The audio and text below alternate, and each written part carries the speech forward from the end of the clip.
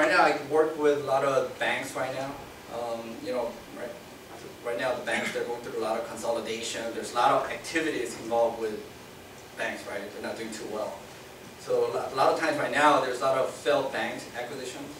So what happened is, they need to have certain amount of regulatory capital. If their loans start to perform bad and they eat away against equity, what happens is that FDIC will come in and they will close down the bank, usually on Fridays.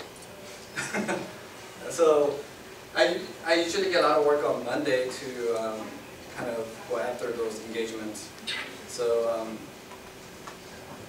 once the bank fails, there's always a acquiring bank.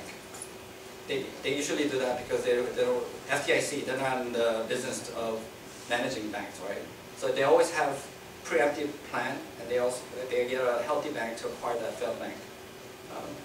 So we have to first identify what type of asset that needs to be valued for that particular company.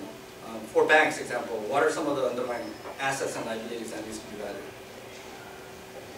Mortgages. Right. Asset could be, primary asset is the loan, right? And then, what else? Fixed assets, branches, equipment, etc. Not only we have to value the assets, but we also have to value the liability side. Because when they consolidate, they're not just consolidating the assets, right? So what are some of the liabilities for the banks? Bonds. Usually banks, CDs. Right, CDs. Deposits, core deposits, right? Core deposits is considered pretty important for the bank because it provides a steady or stable source of funds for the bank. How does banks fund their loans generally?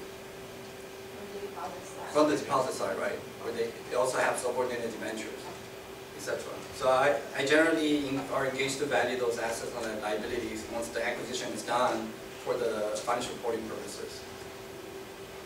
It could be pretty demanding because a lot of larger banks, they have like 30,000 loans and 60,000 clients, and sometimes I have to look at a lot of the individual loans and value them individually for larger ones. So I might have a massive spreadsheet of 30,000 rows, each DCF, this kind of cash flow analysis for each of the loans, etc. So it could be a lot of work. You guys have any questions so far?